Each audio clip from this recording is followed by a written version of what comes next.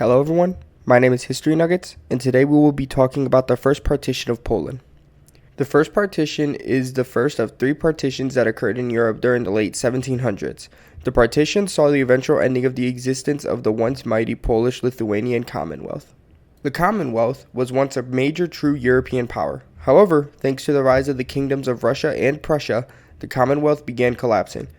By the late 1700s, Poland was nothing more than nearly a vassal of the Russian Empire, with the Tsar choosing the next king and politics of Poland.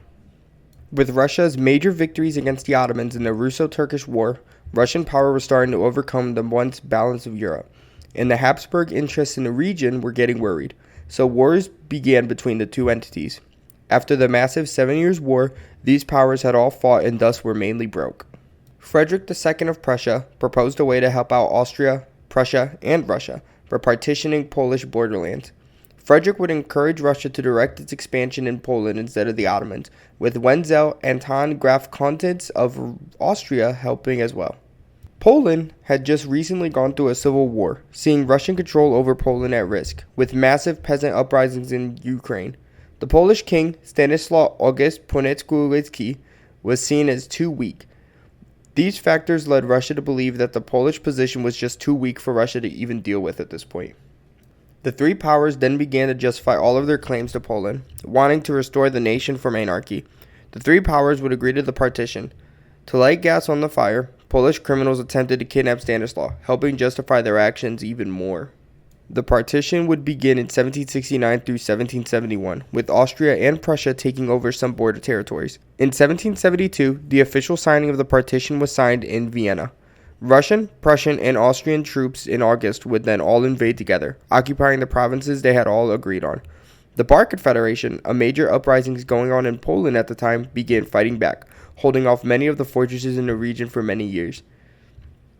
After the partition, Prussia had gained the smallest amount of territory, but was the most important, taking Royal Prussia, allowing a link between the two Prussian entities, as well as much of the northern areas of Greater Poland, allowing for more water passages. Germanization would also occur in the region, where Germans would take over the once mighty Polish territories. Austria would gain the most amount of people, gaining 2.5 million people. They would gain the second largest amount of land as well. They would gain major urban areas such as Little Poland, which had many cities historically great, like cacao. Salt mines were also in the region, allowing for great Austrian gains economically. Russia, lastly, gained the most land, gaining all land east of the Dwina, Drut, and Dnieper rivers. Russia would also gain 1.5 million people and would allow to recognize a Polish government of the region, the Pskov Governorate, with Zakhar Shinivkov as the first governor.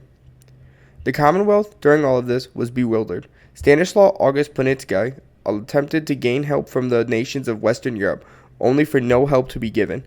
Poland saw no choice but to lay down and give up, allowing for the powers to do their duty.